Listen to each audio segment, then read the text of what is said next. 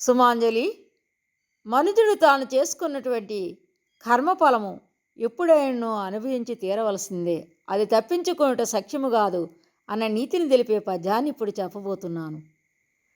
కర్మమెప్పుడైనను గడిచిపోవగరాదు, ధర్మరాజుందెచ్చి తగను చోటన్ కంకుబట్టున్ చేసన్ గటగట దైవంబు విశ్వదాభిరామ వినిరవేమా.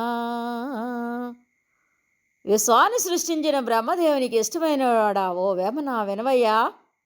మనుజుడు తాను చేసుకున్న కర్మఫలము ఎప్పుడైనా అనుభవించి తీరాల్సిందే, అది తప్పించుకొనుటకు సఖ్యము కాదు.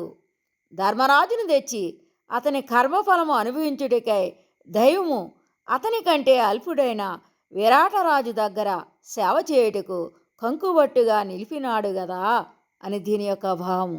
ధన్యవాదములు.